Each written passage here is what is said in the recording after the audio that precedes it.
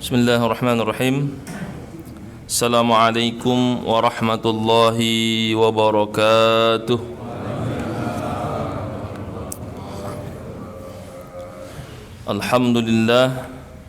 Alhamdulillahilladzi anzala 'alainal huda walhamdulillahilladzi 'allamanal huda wassalatu wassalamu ala khairil huda Muhammadin sallallahu alaihi wasallama wa ala alihi wa ashabihi wa man ihtadahum ahla sidqi wal wafa wa ba'd. Para jemaah yang saya muliakan dan dirahmati Allah Subhanahu wa taala, ada ibu-ibu juga yang bersama kita hari ini. Hari ini bertepatan dengan tanggal 5 Rabiul Awal 1444 Hijriah, bulan yang luar biasa, banyak kisah-kisah besar terjadi pada bulan ini. Juga bertepatan hari ini dengan tanggal 1 Oktober, Hari Kesaktian Pancasila versi negara kita. Sehingga pada kesempatan ini, meskipun sudah pernah disampaikan sebelumnya, saya akan menjelaskan terkait dengan Fathu Makkah yang kita kaitkan dengan hari ini, momentum hari ini, sekaligus mencoba menguraikan perspektif yang dikarang oleh pengarang kitab ini, hal-hal yang mungkin belum disentuh dalam pembahasan Fathu Makkah sebelumnya. Bismillahirrahmanirrahim. Diawali dengan penjelasan pada 2 bulan sebelumnya. Saya pernah menjelaskan tentang perang Hunain dan perang Tabuk yang merupakan perang terakhir oleh Rasulullah SAW sebelum nanti Haji Wada.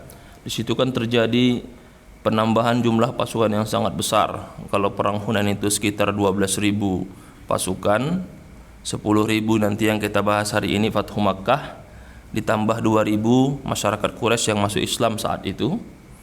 Lalu pindah ke perang Tabuk, itu berangkat sekitar 30.000 pasukan.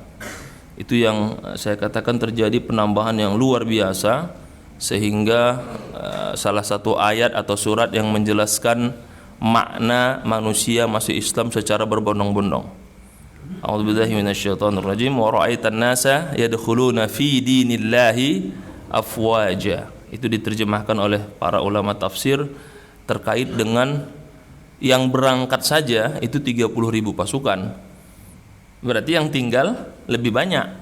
Karena kalau satu suami, istrinya 3, anaknya 2, udah 6 kan? Berarti sisanya berapa itu kan gitu. 30.000 dikali 6 kan, begitu cara menghitungnya. Nah, kecuali kalau sekarang enggak, kali 1 kali 2 kan, tambah 2 kan begitu. Iya, program berencana kan begitu. Jadi hitungannya beda. Nah, puncaknya ketika nanti Haji Wada kan, diperkirakan menurut sejarawan itu 100.000 orang yang hadir pada saat itu. Artinya peningkatannya luar biasa. Fathu Makkah yang akan kita uraikan di sini ada 10.000 pasukan, 12.000 pasukan, 30.000 pasukan, terakhir Haji Wada 100.000 umat Islam yang melaksanakan ibadah haji saat itu. Berarti yang sakit, anak kecil, istri yang sedang dalam halangan kan enggak Haji Wada itu. Berarti lebih banyak lagi. Kita mengulang sedikit, nanti kita bahas perspektif lain dari pengarang kitab ini yang dikarang oleh Profesor Dr. Said Ramadan Al-Buti. Dia katakan kejadian Fathu Makkah ini tepatnya terjadi pada bulan Ramadan tahun ke-8 Hijrah. Nanti perang Hunain itu tetap 8 Hijrah tapi bulan Syawal. Jadi Ramadan, habis itu perang Hunain, baru nanti perang Tabuk terakhir pada bulan Rajab tahun ke-9 Hijriah. Jadi bedanya sedikit saja ya.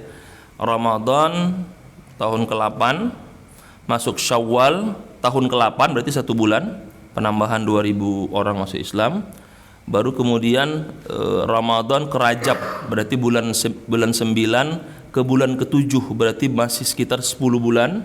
Itu perang Tabuk, sudah berangkat 30.000 pasukan. Baru kemudian dari Rajab nanti ke Zulhijjah di tahun ke-10, berarti sekitar 14 bulan kemudian itu 100.000 jamaah yang datang. Berarti perkembangannya luar biasa.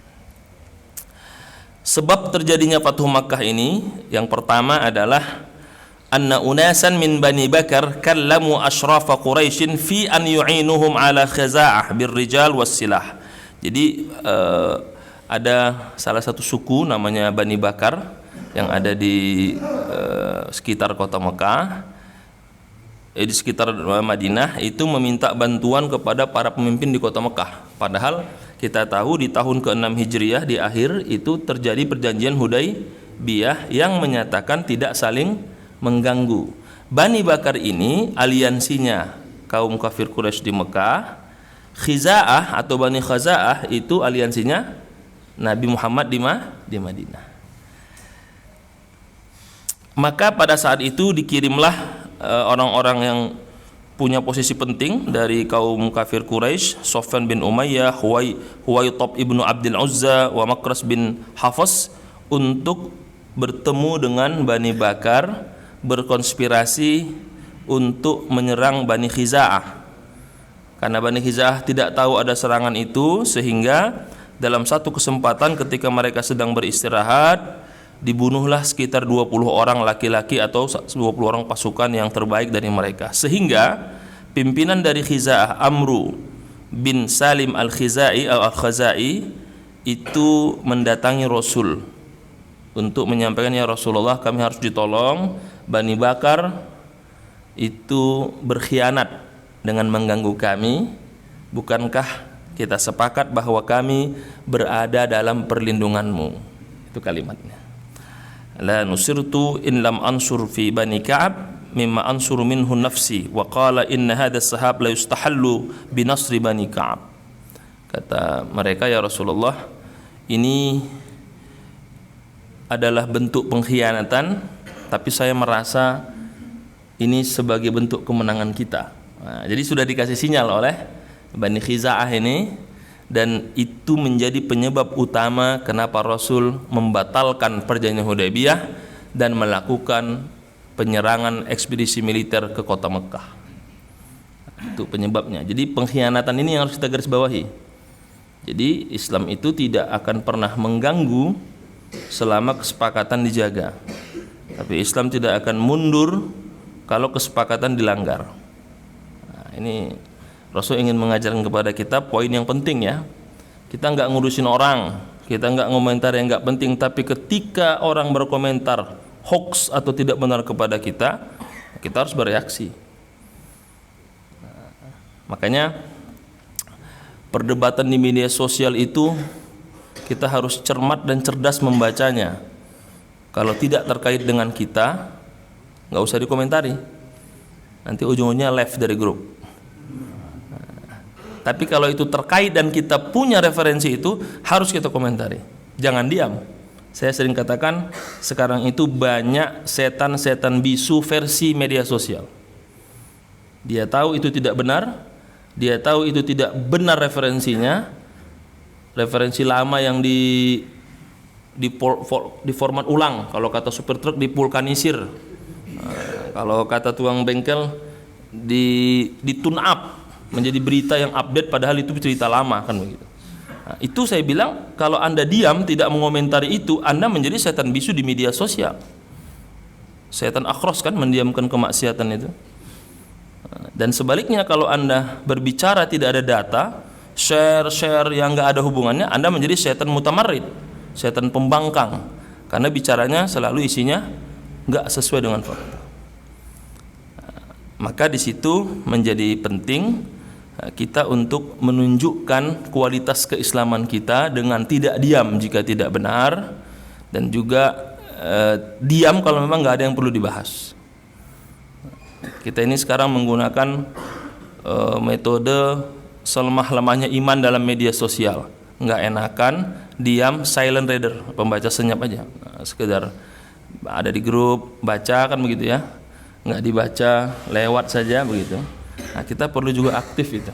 Mau grup apapun, mau grup reuni SD, reuni SMP, SMA, reuni pekerjaan, alumni.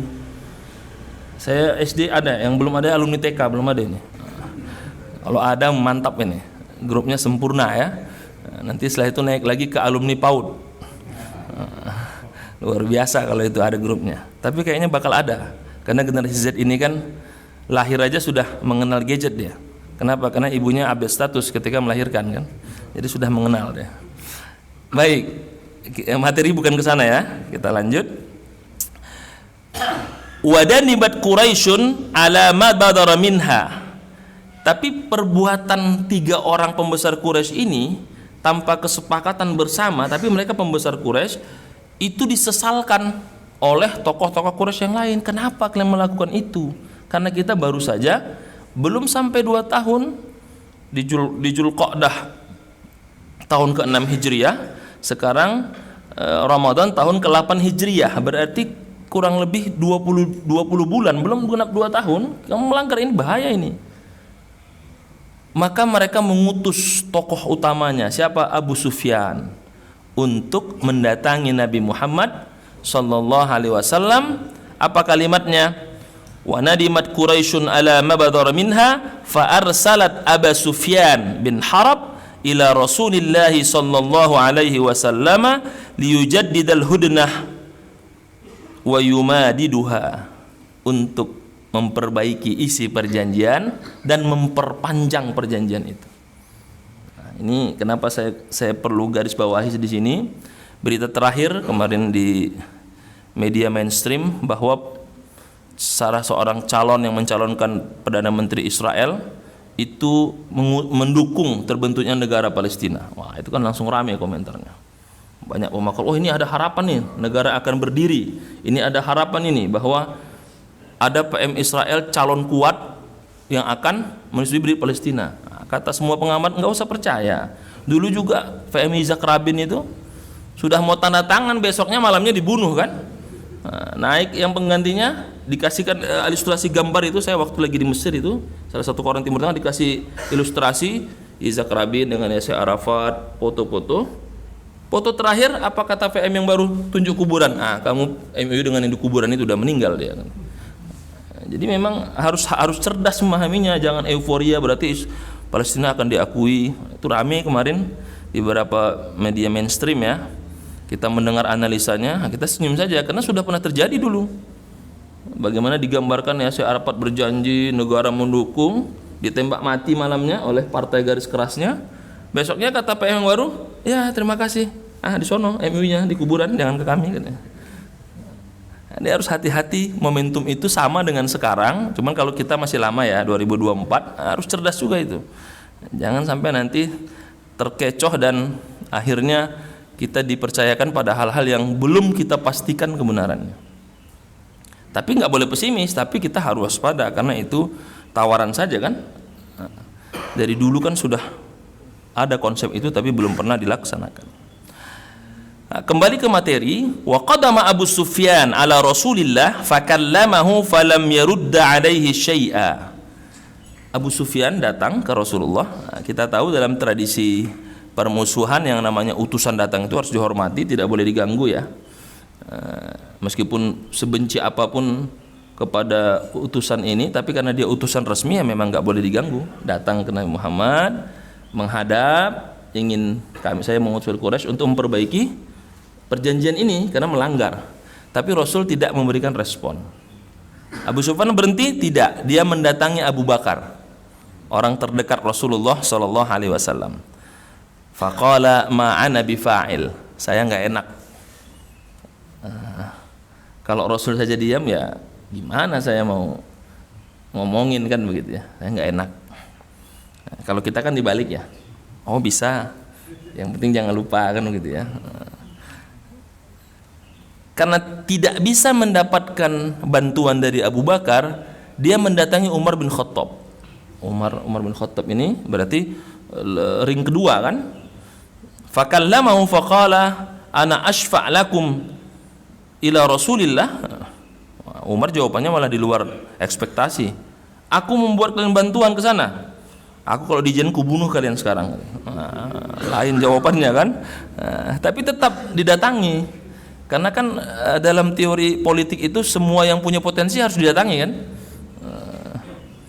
Makanya kita kan sama juga kalau dekat. Yang berpotensi didatangi.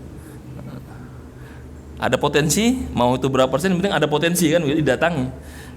Semua tahu Umar bin Khattab itu orangnya responsif, tapi tetap didatangi karena memang ring kuat di sekitar Rasul itu dua orang ini, Abu Bakar dan Umar bin Khattab radhiyallahu anhuma.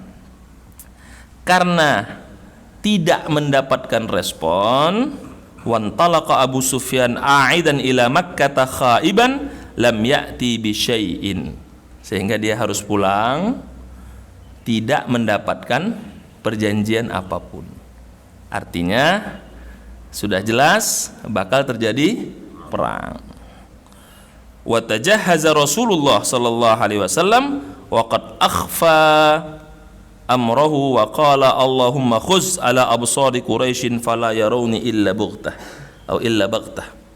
Kata Rasul, mari kita persiapkan semua, kita akan menyerang. Rasul mengangkat tangannya, ya Allah, semoga ini tidak ketahuan oleh pembesar Quraisy, pergerakan ini aman. Ternyata sahabat Rasul bernama Hatib bin Abi Balta'ah, sahabat Rasul ini yang dulu ikut perang Badar, itu ngirim surat ke Makkah.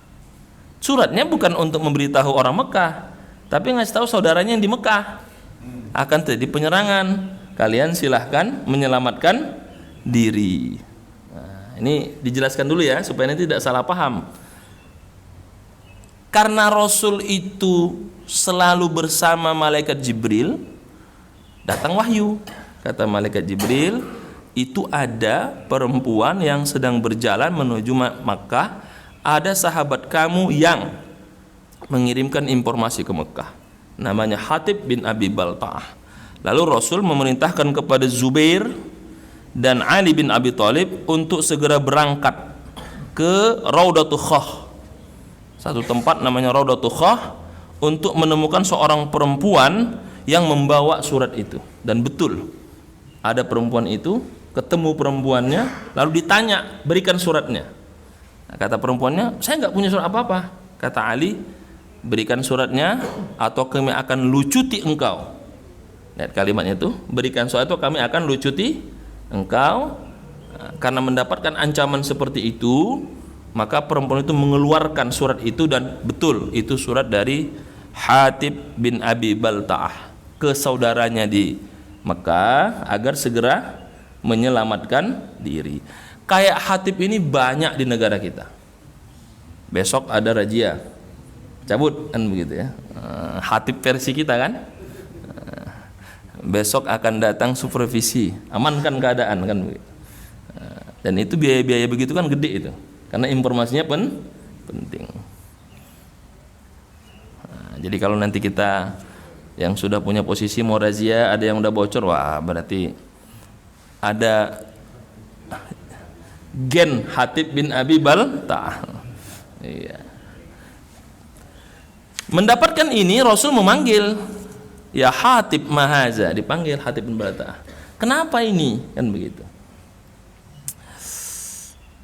Hatib mengatakan, ya Rasulullah, aku bukanlah orang munafik, aku tidaklah berkhianat, aku hanya memberitahu keluargaku.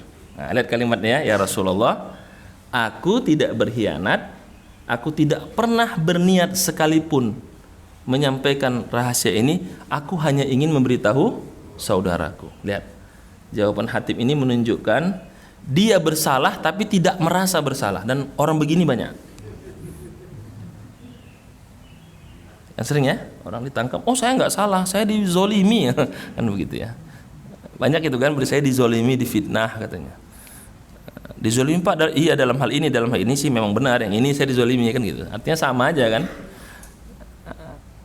Mendengar ini, Umar bin Khattab, lagi-lagi sahabat yang sangat responsif, mengatakan, ya Rasulullah, da'ni adribu unuka hazal munafiq. Ya Rasulullah, berikan aku izin, akan aku tebas ini leher orang munafik ini. Orang-orang begini kadang perlu juga itu ya, pengurus DKM perlu juga itu, ada tangan kanan yang respon begitu kan, biar orang nggak sembarangan gitu. Kata Rasul, la, jangan, innahu qad syahida badron. Sama kayak perang Tabuk itu kan, ada dua sahabat yang ikut perang Badar. Jangan, kita harus mengingat jasanya dahulu karena dia ikut perang Badar.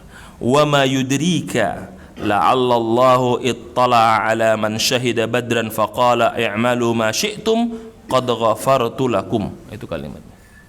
Bukankah dalam hadis qudsi dikatakan Allah berfirman melalui Rasulullah SAW, kerjakanlah apa yang kalian inginkan wahai peserta ahli Badar atau perang ahli Badar, aku telah mengampuni semua dosa kalian. Artinya yang ikut perang Badar itu adalah manusia surga yang berjalan di atas bumi. Apa poinnya? Memang kita nggak boleh melupakan orang lama. Jasa orang lama itu perlu diingat. Jangan dikit-dikit udah nggak produktif, buang aja semuanya. Kita mau perbaikan. Orang lama itu yang berjuang, yang bangun masjid ini dari kecil kan yang lama. Yang susahnya kan mereka. Itu tidak harus diingat itu. Tapi bukan berarti kesalahan yang mereka lakukan dimaafkan. Tetap Rasul mengatakan ini perbuatan tidak benar. Hatib diminta bertobat karena ini salah, karena membuka informasi bagian dari pengkhianatan, tapi dia tidak dihukum oleh Rasulullah dengan hukuman yang keras karena mengingat dia adalah ikut perang Badar. Nah, ini pentingnya. Jadi tetap melihat jasanya di masa lalu. Tapi dihukum Rasul, ini perbuatan tidak benar, Hatib ini salah dan ini harus ada hukumannya, sehingga Rasul menegur dengan keras, memarahinya, tapi tidak sampai harus membunuhnya, karena tidak pada level berkhianat kepada Islam. Karena memang dia tidak berniat, dia hanya memberitahu saudaranya, tapi dia tidak tahu saudaranya itu nanti pasti ngasih tahu yang lain, kan begitu. Itu sama dengan kirim WA, ini rahasia, jangan sampaikan kemana-mana. Sama temannya di screenshot, ini rahasia, jangan sampaikan kemana-mana. Udah nyampe semua kan, screenshot dikirim semua. Makanya kalau ada WA itu setelah di-share berkali-kali, itu kan nggak bisa dikirim ke lebih dari satu kan. Nah, itu udah tanda itu ribuan kali udah di-share itu. Rahasia itu. Jangan disebar kemana-mana. Kata Rasul, turunlah ayat yang memberikan peneguran keras kepada Hatib bin Abi Balta'ah pada pada salah satu surat Al-Qur'an, a'udzubillahi minasyaitonirrajim, ya ayyuhalladzina amanu la tattakhizu aduwwi wa aduwwakum awliya tulquna ilaihim bil mawaddah wa qad kafaru bima ja'akum minal haqq faqad dhalla sawa'as sabil. Itu peringatan yang keras terkait dengan kesalahan dari Hatib bin Abi Balta'ah. Tapi dia bukan nggak ditegur keras, dimarahin. Nah, kelemahan kita, kalau ada orang berjasa salah, nggak ditegur, udah biarin aja. Nah, itu kita lemah juga. Harus kita tegur, kita panggil, kita ingatkan. Terlepas jasanya besar, tapi yang Bapak lakukan ini salah. Kamu jangan mengatur saya ini pendiri masjid ini misalnya ya, contoh misalnya. Iya Bapak pendiri, tapi itu salah Pak. Nggak sesuai dengan kesepakatan bersama, harus ditegur. Nah, saya ketika menyampaikan begini dalam kesempatan lain, saya nggak tahu kan, salah satu masjid habis ngaji datang, Ustaz nyindir saya nggak ada, saya bilang kenapa, ini kejadian minggu lalu, saya pelakunya. Saya nggak tahu Pak, demi Allah, saya bilang saya bahas materi, saya bilang. Langsung datang saya, tapi saya senang langsung, karena kalau dia tidak langsung nembak saya kan saya nggak tahu, bisa nanti dia nggak negur saya, diem kan, ada apa gitu ya. Ustaz nyindir saya, nggak ada Pak, saya bang bahasin aja, cuma saya ngomong aja, itu saya lakukan. Nggak tahu begitu ya, salah Pak kalau begitu, saya bilang. Nah, contohnya kan begitu ya. Nah, jadi meskipun dia punya jasa besar, tetap kalau itu salah, melanggar kesemuanya harus ditegur, jangan didiamkan. Nah, kita itu masalahnya kalau ada orang berjasa besar, udah jangan ditegur lah, dia orang punya jasa besar, nanti dia nggak tahu itu salah gitu. Harus ditegur, disampaikan ini salah, sehingga ke depan dia berhati-hati untuk melakukan hal yang tidak pantas atau melanggar kesepakatan bersama. Setelah itu Rasul mempersiapkan pasukan, berangkatlah kira-kira pada malam ke-14 menjelang maghrib, habis asar, dan memberikan pimpinan kepada Kulsum bin Husain. Jadi Rasul itu setiap berangkat itu pasti memberikan apa? Kuai kuasa usaha interim untuk berkuasa memimpin sementara. Kebetulan perang Fatu Makkah ini siapa yang nggak berangkat? Kulsum bin Husain, dia yang menjaga kota Madinah. Nah, tetap ada kuai ya. Ini perlu kita tiru. Jadi kalau misalnya ketua DKM atau pengurus lagi ada urusan, langsung tunjuk ada kuainya. Kuasa usaha interim kan begitu biasanya untuk mengambil kebijakan setelah saya pergi. Nah, kalau dikatakan, oh nggak usah, kan sekarang pakai WA, saya bisa dari WA aja. Oh silahkan, yang penting pastikan tidak boleh ketika pemimpinnya nggak ada, program nggak jalan gitu. Kalau dulu kan luar biasa itu, sekarang ada WA saja enak. Kalau dulu, mohon maaf, saya pernah itu urusan ke instansi, kabitnya sedang pergi haji katanya. Udah kita menderita itu 2 bulan, ya Allah, gara-gara haji menderita kita nunggu, belum ada keputusan katanya. Kenapa? Pak kabitnya pergi haji. Itu saya tahun 97 dulu pernah urusan itu, Pak kabit pergi haji katanya. Waduh, jadi gimana Pak? Ya tunggulah pulang haji katanya. Wah repot dunia itu kan. Berarti kabit itu tidak menjalankan sunnah Rasulullah Sallallahu Alaihi Wasallam. Kita mau jadi nunggulah pulang haji. Akhirnya orang nunggu dapat oleh, kita nunggu kapan selesai urusan ini kan begitu. Jadi memang harus kemanapun kita, sekelas pemimpin RT pun kalau pergi harus ada perwakilannya agar bisa mengambil keputusan. Tapi sekarang insya Allah aman lah. Nggak perlu ada ini karena sudah kontak langsung ya, tinggal telepon, pakai video call, oh ya setuju, udah aman itu biasanya. Terus mengirim tanda tangan digital udah lebih mudah lah sekarang. Tapi itu menunjukkan bahwa Rasul mengajarkan kepada kita tidak boleh karena satu kegiatan itu memberhentikan kegiatan yang lain, dan tidak boleh karena satu sebab itu mengganggu kegiatan-kegiatan yang lain. Bahkan Rasulullah dalam satu riwayat ketika anaknya Ibrahim itu meninggal, itu kan sahabat memasangkan batu nisannya kurang pas, maksudnya tidak rapi dan tidak sesuai. Rasul sedih ya, tapi Rasul menegur itu, tolong betulkan itu. Lalu keluarlah hadis yang cukup terkenal yang digunakan sebagai salah satu referensi kalau kita bekerja harus penuh dengan kualitas yang bagus. Apa kata Rasul? Innallaha yuhibbul abda iza amila amalan an yutqinahu. Itu kan hadis itu muncul terkait kematian anak Rasul itu. Kata Rasul, Allah menyukai seorang hamba kalau bekerja itu dengan kualitas terbaik, itqon. Itqon hadis itu sebenarnya kisah anak Rasul meninggal itu. Jadi anaknya meninggal, nah, terus pemakamannya kurang rapi, tolong betulkan itu. Bukan begitu, yang benar begini kata Rasul. Keluarlah hadis itu. Innallaha yuhibbul abda iza amila amalan an yutqinahu. Artinya dalam keadaan sedih pun Rasul tidak menghentikan kualitas sesuatu, tetap ditegur itu. Padahal lagi sedih kan? Kalau kita kan nanti lagi sedih, saya lagi sedih, nantilah saya lagi nggak berpikir jernih kan begitu ya. Nanti aja gitu. Ini enggak. Dalam kondisi apapun kualitas tidak boleh berubah. Nah, ini hebatnya Rasulullah Sallallahu Alaihi Wasallam. Berangkat ketika berada antara Mekah dan Madinah, tepatnya di Zahran, dapatlah informasi ada 10.000 pasukan bergerak ke Mekah. Lagi-lagi mereka mengutus Abu Sufyan bersama Hakim bin Hazzam dan Badil bin Waraqa untuk kembali melihat pasukan ini, bernego lagi, mana tahu ada harapan. Meskipun mereka sudah tidak yakin, tapi 3 ini diutus. Tapi yang 3 ini luar biasa, mendatangi Nabi bukan nego tapi masuk Islam. Masalahnya di situ, bukan nego malah masuk Islam. Datang ke Nabi nego, ternyata malah masuk Islam. Bahkan Hakim bin Hazzam, Badil bin Warqa itu lebih dulu masuk Islam. Abu Sufyan masih menghitung-hitung, dia masih ragu, sampai Abbas paman Nabi mempertanyakan, ada apa dengan engkau wahai Abu Sufyan? Udah pilihannya 2, masuk Islam selamat, nggak masuk kami tebas lehermu katanya. Nah, barulah Abu Sufyan masuk Islam. Jadi harus ada penekanan sedikit kan begitu, sehingga fa aslama Abu Sufyan.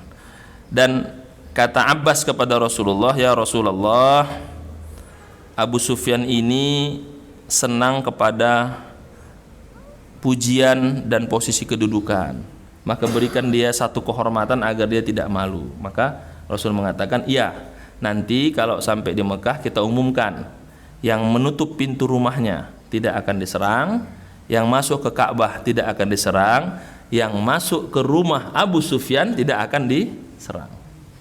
Itu yang minta memang Abbas, paman Nabi. Kalimatnya begini, qala al-Abbas faqultu ya Rasulullah inna Aba Sufyan rajulun yuhibbul fakhra faj'al lahu syai'a. Qala na'am, man dakhala dara Abi Sufyan fahuwa amin wa man ughliqa alaihi babuhu fahuwa amin wa man dakhala al-masjid fahuwa amin. Itu permintaan Abbas, paman Rasulullah sallallahu alaihi wasallam. Artinya apa? Memang ada orang yang memang dia kepingin jadi pengurus itu. Kalau ditanya, pengurus Pak, aduh saya nggak pantas, tapi udah masukin nggak apa-apa lah gitu. Karena memang dia senang dapat posisi itu. Bapak, oh masjid ya? Iya, saya pengurusnya itu, pembinaan gitu ya. Nah, memang senang dia dimasukin. Abu Sufyan ini senang begitu karena dia memang orang besar, sehingga Rasul memberikan satu pengecualian, yang masuk rumah Abu Sufyan aman. Tapi Quraisy kan nggak suka sama Abu Sufyan, nggak ada yang masuk ke rumahnya juga. Orang memilih masuk Ka'bah atau menutup pintu rumah masing-masing. Tapi kan sudah mendapatkan pengakuan. Itu kayak zaman sekarang samalah, kita foto terus kita share bersama para ulama, foto aja, padahal ulamanya nggak sadar sama dia, foto aja kan. Banyak begitu kan? Bersama ini orang komen, hebat ya, foto sama orang-orang besar kan begitu. Orang besar pun nggak sadar, kadang dia lagi telepon, dia nyampe foto, baru kirim bersama orang besar kan gitu ya. Harusnya kan kasih kalimatnya bersama orang besar yang lagi telepon nggak kenal saya, harusnya begitu penjelasannya. Tapi kan nggak, bersama orang besar, kasih jempol, hebat gitu. Orang besarnya lagi telepon, ngadep ke sana, dia foto sini, nyempil aja, dapat begitu ya. Nggak apa-apa, itu kan bagian dari tahadus bin nikmah, menceritakan nikmat dapat foto dengan orang besar yang dia tidak sadar. Kemudian Rasul mengatakan, wahai Abbas, agar Abu Sufyan ini semakin yakin dengan kita, sebelum kita bergerak besok, tahanlah Abu Sufyan agar dia melihat pergerakan pasukan kita. Dan memang Abu Sufyan ditahan oleh Abbas dalam satu tempat. Ihbis Aba Sufyan bimadikil wadi hatta tamurra bihi junudullah fayaraha. Nah, memang Rasul suruh, karena Islamnya kan dia dalam keadaan tertekan ya, biar dia lihat kita ini serius, betul disaksikan lewat kabilah ini kabilah ini. Berkatalah Abu Sufyan, wah ini luar biasa ini, berarti Muhammad sudah mencapai posisi tertinggi. Langsung bayangan Abu Sufyan itu bahwa Muhammad sudah menjadi pemimpin besar, hartanya banyak, kekayaannya berlimpah. Jadi kalau ikut dengan Rasul kayaknya lebih menjanjikan perspektif daripada bertahan dengan kaum kafir Quraisy. Jadi Abu Sufyan sudah melihat itu potensinya. Tapi Abbas langsung membantah. Nah, kalimatnya begini, wallahi ya Abal Fadl laqad asbaha malaka ibna akhik al-ghudata azima. Demi Allah, wahai Abbas, anak saudaramu, kan Abbas itu paman Nabi ya, anak saudaramu telah menjadi pemimpin besar, pemimpin agung yang luar biasa. Abbas langsung memberikan jawaban, ya Aba Sufyan, innahan nubuwah, itulah anugerah kenabian.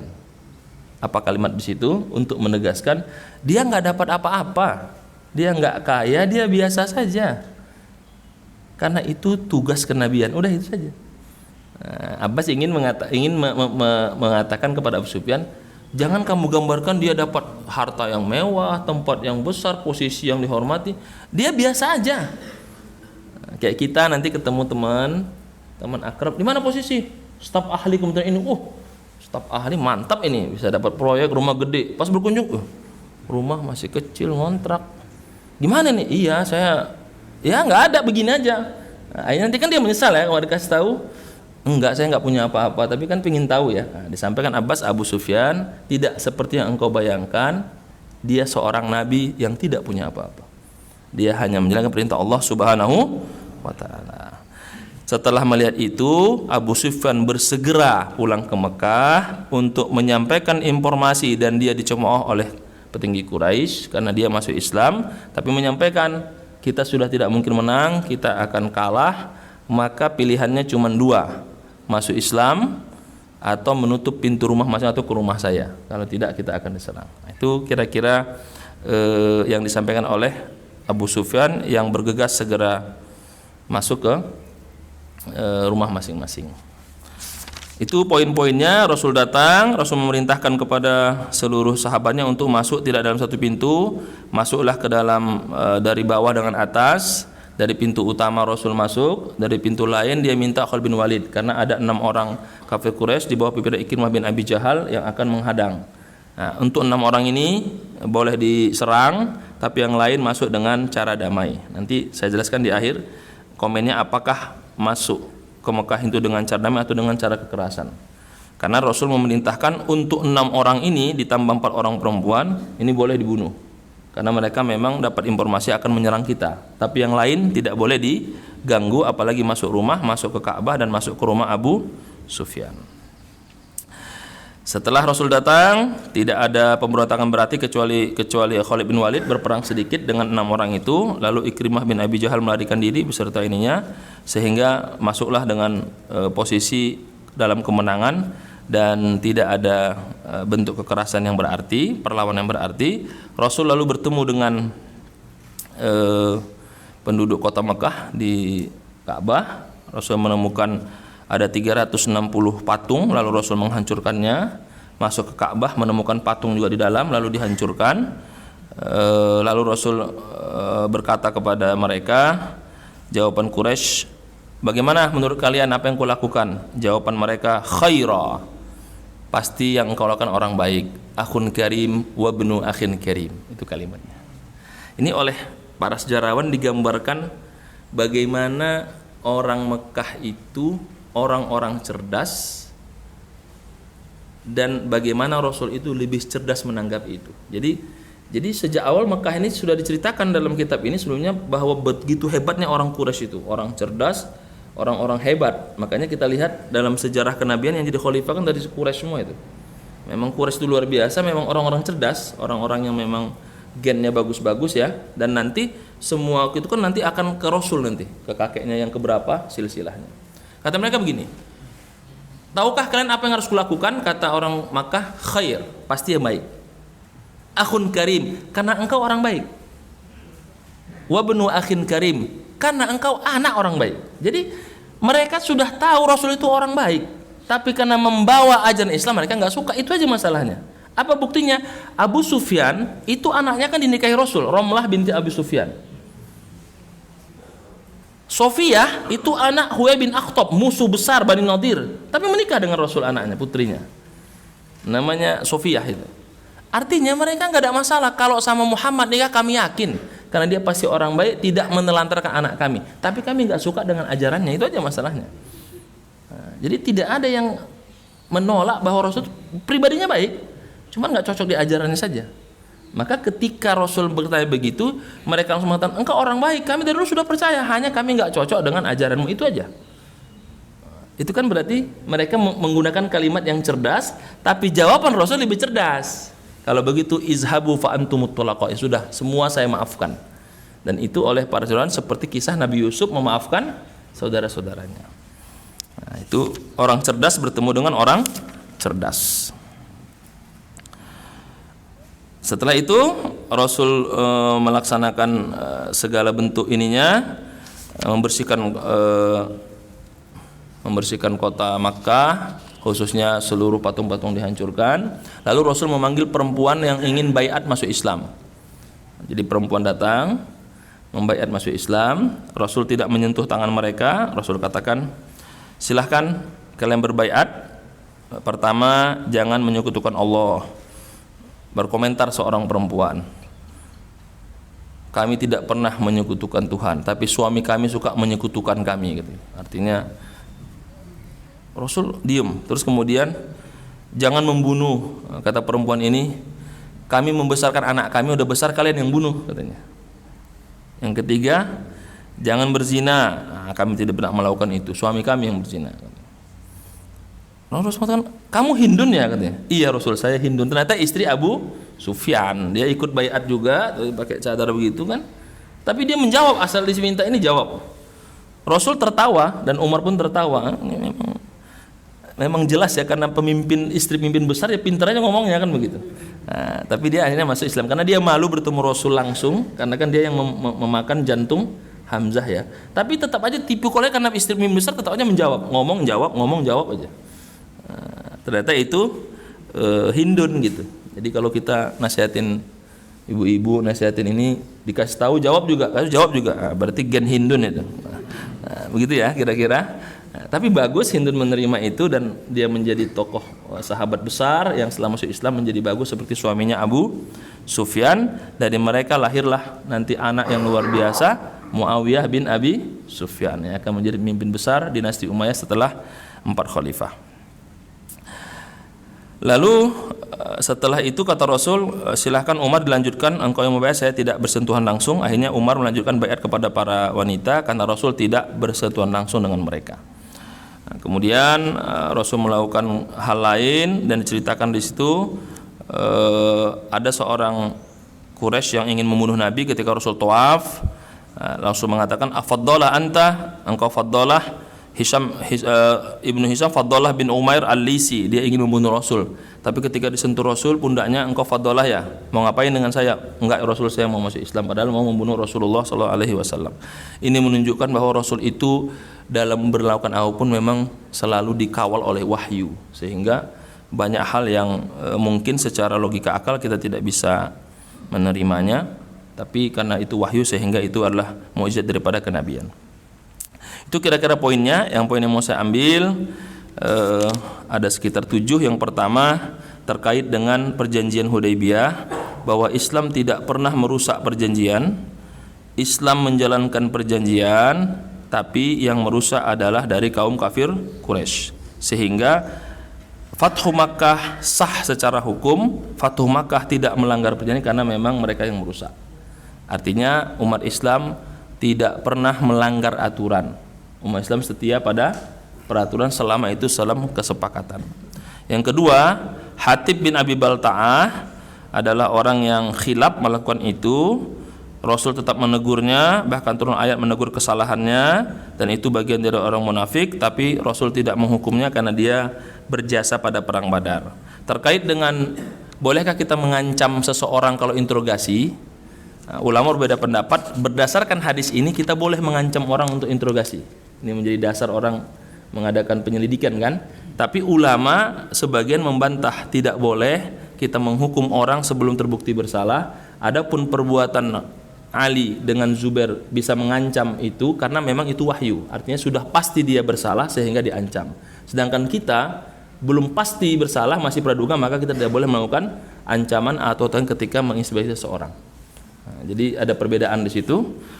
Sebagian ulama mengatakan ini dasar hadis kita boleh mengancam, tapi yang mengatakan tidak, karena yang satu kan mengancamnya wahyu, kalau ini kan kita belum tahu. Kemudian yang ketiga, bagaimana Abu Sufyan memberikan pertimbangan untuk masuk ke dalam Islam, tapi dia masih ragu. Rasul memberikan 2 alternatif setelah diancam masuk Islam. Rasul punya strategi kedua, biarkan Abu Sufyan menyaksikan pasukan kita, biar bertambah semangat keimanannya. Nah, jadi memang orang-orang masuk Islam itu dalam sejarah ada yang terpaksa, ada yang melihat keadaan, dan itulah yang harus dijaga. Jadi kita tidak bisa memaksa orang masuk Islam itu kafah. Kenapa? Ada prosesnya kan. Nah, proses itulah yang harus dibina oleh seorang pemimpin agar keislamannya menjadi lebih baik. Jadi Rasul melihat Abu Sufyan ini masuknya terpaksa karena melihat prospeknya bagus. Tapi Rasul katakan, Abbas tahan dia agar menyaksikan kita para di pasukan biar dia semakin yakin bahwa dia masuk Islam itu sudah pilihan yang tepat. Nah, jadi ketika ada orang mu'alaf, kita harus bina, kita harus kawal agar dia tidak menyesal masuk Islam. Itu bagian dari pembinaan kepada orang-orang yang masuk Islam. Kemudian yang keempat, komentar daripada Abbas kepada Abu Sufyan untuk menegaskan bahwa Rasul mempunyai posisi yang penting itu. Abbas mengingatkan, ini bukan posisi penting, ini adalah tugas kenabian. Jadi jangan engkau kira jadi pemimpin dalam Islam itu akan kaya raya, tidak. Itu bagian dari dakwah. Innahan nubuwah. Nah, itu bagian dari tugas Nabi. Yang kelima, terkait dengan kota suci Mekah, ini menunjukkan kita tidak boleh berperang di sana, tidak boleh membunuh hewan, tidak boleh mencabut hal-hal yang dilarang kecuali dalam keadaan terpaksa. Adapun terkait dengan peperangan yang terjadi, itu karena mereka menyerang, sehingga itu bentuk dari memberikan perlawanan kepada orang yang menyerang kita. Jadi di kota Mekah itu kita nggak boleh melakukan kekerasan apapun, karena itu kota suci. Tapi oleh sebagian kita itu kadang disalahgunakan ya. Datang jemaah haji, jemaah umroh, hotelnya nggak sesuai, mau marah dia. Oh Pak, ingat ini kota suci, jangan marah. Nggak begitu juga. Protes aja nggak, tapi jangan ngancurin gitu ya. Jangan nanti berlindung, ini kota suci Pak, jangan marah-marah. Ya kalau pelayanannya nggak sesuai ya harus diprotes gitu. Cuman nggak harus sampai membakar hotelnya kan begitu. Nah, itu yang dilarang. Nah, kemudian selanjutnya apa yang harus dilakukan ketika masuk Ka'bah? Membersihkan patung-patung, memerintahkan untuk memimpin azan oleh Bilal, lalu Rasul mengajak sholat bersama karena sudah masuk perintah sholat, karena sudah berjalan ya syariat sholat, sehingga sholat berjamaah dan Rasul di situ mengumpulkan mereka. Dan kurang lebih 14 hari Rasul di Mekah baru kembali ke Madinah. Terkait dengan hukum gambar, jadi Rasul itu ketika masuk Ka'bah itu melihat ada gambar Nabi Ibrahim, gambar Nabi Isa di dalam itu, suruh dibuang. Nah, di sini dijelaskan bagaimana hukum gambar di sini. Menurut pengarang kitab ini, hukum mengambil gambar itu kalau dulu larangannya karena dia 3 dimensi ya. Nah, sedangkan sekarang sinar ekfotografi itu tidak masuk dalam keadaan 3 dimensi. Hanya jika foto itu memberikan mudarat maka dilarang. Jadi perbedaannya, kalau patung dan gambar 3 dimensi dulu pada masa Rasul itu memang teksnya memang dilarang. Kalau sekarang dengan foto HP itu kan tidak masuk dalam ini. Tapi ulama mengambil sebabnya. Kalau menimbulkan fitnah maka jangan, sehingga kan perempuan dilarang masang foto profil karena takut di-save orang kan begitu. Nah, jadi larangannya terkait foto sekarang tidak bisa disamakan dengan teks hadis ini karena teksnya hanya mengatakan 3 dimensi dan patung yang sempurna, sementara yang kedua kan bukan menggunakan itu. Tapi penyebabnya jika menimbulkan mudarat maka menjadi terlarang. Jadi dia menggunakan kaidah al-hukmu yaduru ma'al illah wujudan wa adaman. Hukum itu sesuai dengan ilatnya, jika ada ilat ada hukumnya, jika hilang ilatnya maka hilanglah hukumnya. Kemudian khutbah Rasul kepada para mereka itu bahwa dimaafkan dan Rasul memberikan pemaafan kepada seluruhnya. Artinya Rasul itu ingin mengajarkan kalau kita menuntut balas memang itu dibolehkan, tapi kalau kita maafkan itu jauh lebih baik. Nah, bangsa kita ini umat Islam itu memang pemaaf kok dari dulu. Apapun itu sudah dimaafkan. Saking dimaafkannya, udah bersalah pun dia nyalonkan lagi kita pilih juga gitu. Nah, karena kita memang bangsa pemaaf ya. Nah, yang ke-8, Rasul baiat dengan para wanita, tidak langsung bersentuhan tangan. Ini menjadi dasar bolehkah kita bersalaman tangan dengan perempuan. Ulama sepakat tidak boleh karena itu bukan muhrim kita, kecuali dalam hal-hal yang sangat mudarat dan prinsip. Nah, menurut pengarang ini belum pernah ditemukan ada alasan mudarat bersentuhan dengan perempuan. Jadi kalau memang tidak sangat penting, tidak sangat urgen, maka kita dilarang bersentuhan dengan perempuan karena bukan muhrim kita. Kemudian terakhir, apakah Makkah itu ditaklukkan dengan jalur kekerasan, unwah, atau dengan sulha, atau dengan jalur non kekerasan? Mazhab Abu Hanifah dengan Maliki itu berpendapat dengan kekerasan. Dasarnya karena Khalid berperang melawan 6 orang laki-laki, 4 orang perempuan itu. Tapi Imam Syafi'i dengan Imam Ahmad mengatakan tidak, karena dia menggunakan alasan Rasul masuk dengan tidak perang. Jadi bukan berarti Abu Hanifah dengan Maliki itu mengatakan Rasul masuk dengan perang, bukan. Dia mempunyai 2 pendapat. Jadi Syafi'i dengan Ahmad mengatakan masuk dengan cara tidak kekerasan karena patokannya Rasul masuk dari bawah Mekah, sedangkan Maliki dengan Hanbali masuk kekerasan, tapi patokannya apa? Khalid bin Walid, karena dari atas kota Mekah. Artinya Rasul sepakat masuk dengan tidak jalur kekerasan, tapi secara keseluruhan Apakah semua? Tidak, karena Khalid bin Walid masih berperang ketika masuk kota Mekah. Di situ saja penjelasannya supaya nanti mana tahu nanti ketemu perdebatan apakah ada kekerasan. Memang ada, tapi dalam jalur Khalid bin Walid, karena memang di situ Ikrimah beserta 6 orang melawan, memberikan perlawanan.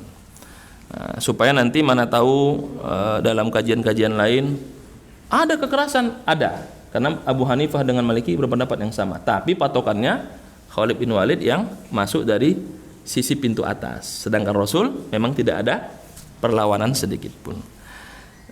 Ini kira-kira poin-poin penting yang mungkin terlewatkan dalam sebelumnya, sehingga saya bahas kembali dan bermanfaat. Kembali kepada tema kita hari ini, bahwa kemenangan yang Allah berikan kepada kita itu merupakan sudah takdir yang Allah tentukan, tapi sebab musababnya adalah bahwa umat Islam menjaga perjanjian, tidak melanggar, dan semata-mata karena perintah Allah Subhanahu wa taala. Jadi kalau kita bergerak atas perintah Allah, kita bergerak atas semangat menegakkan agama ini, maka insya Allah Allah permudah.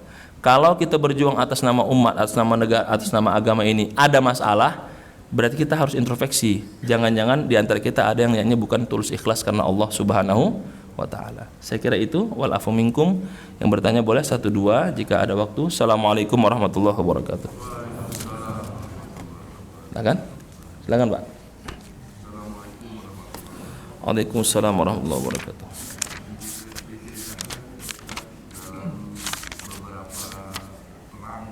Ya. Yep.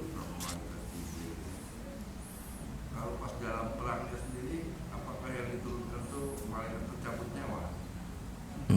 Ya, bagus. Makasih Pak. Pertanyaannya luar biasa ini. Ini berarti masuk sidang disertasi atau tesis ini, sejarah peradaban Islam. Apakah yang diturunkan malaikat penjamin nyawa atau tidak, kan begitu pertanyaannya. Ada 3 perang yang disepakati para sejarawan malaikat memang turun. 1, perang Badar. 2, perang Hunain, karena Rasul turun malaikat. Yang ketiga perang Uhud. Tapi yang ketiga ada yang sepakat, ada yang nggak sepakat. Itu memang diceritakan, memang malaikat turun benar. Ada yang mengatakan pandangan mereka saja berhalusinasi bahwa umat Islam itu banyak, tapi dibantah oleh sejarawan, memang malaikat turun benar. Malaikat dalam bentuk manusia diceritakan di situ, ya pakai baju putih. Jibril juga turun, memang ikut perang. Jadi 2 versi. Satu mengatakan kafir Quraisy berhalusinasi melihat itu, tapi sahabat mau tidak, memang betul-betul turun dan disepakati memang turun benar. Pertanyaannya, apakah malaikat itu penjambut nyawa? Itu tidak dijelaskan. Yang jelas turun malaikatnya. Mungkin malaikat dengan segala aktivitasnya lah, Pak. Tapi tidak diceritakan apakah malaikat penjambut nyawa, apakah malaikat ini, karena kan malaikat itu kalau yang tercatat kan puluhan ribu, apalagi yang di arsy itu kan berganti terus, dan pergantiannya tidak malaikat yang sama, berganti orang baru terus kan yang menjaga arsy itu. Kemudian malaikat yang bersama kita juga banyak, yang diceritakan hanya yang 10 itu kan, yang 11. Sehingga kalau ditanya apakah diturun malaikat penjabut nyawa, kalau memang yang diturunkan itu malaikat yang banyak itu, ya termasuk mungkin di situ, Pak. Ibaratnya apakah pasukannya turun, ya nggak tahu jenisnya apa, apakah Brimob, apakah detasemen Sabhara, apakah ini, yang jelas diturunkan lah, Pak. Mungkin termasuk di situ. Tidak ada teks yang menceritakan turun malaikat maut, tapi memang malaikat diturunkan pada 3 perang itu. Yang sepakat mutlak perang Badar, perang Hunain, Uhud, ada yang mengatakan, ada yang tidak gitu. Karena kan di perang itu umat Islam memang jatuh sehingga datang malaikat memberikan pertolongan. Begitu Pak, Allah a'lam bishawab. Bisa jadi malaikat maut lah, kalau dia yang meninggal di tangan malaikat, ya berarti itu malaikat maut kan begitu ya. Seperti apa? Allah a'lam bishawab. Begitu Pak. Cukup Pak ya. Baik, kembali saya mengajak kepada kita semua, poin penting dari hari ini, Rabiul Awal, bulan yang agung, tanggal 1 Kesatuan Pancasila. Saya ingin mengatakan 2 poin penting. Yang pertama, kebersamaan kita kepada Allah itu akan memudahkan segalanya. Al-ma'iyah ma'allah yusahhilu kullul umur. Kebersamaan kita kepada Allah itu akan memudahkan segalanya. Ini poin pertama. Jadi jangan pernah meninggalkan Allah dalam setiap apapun yang kita lakukan.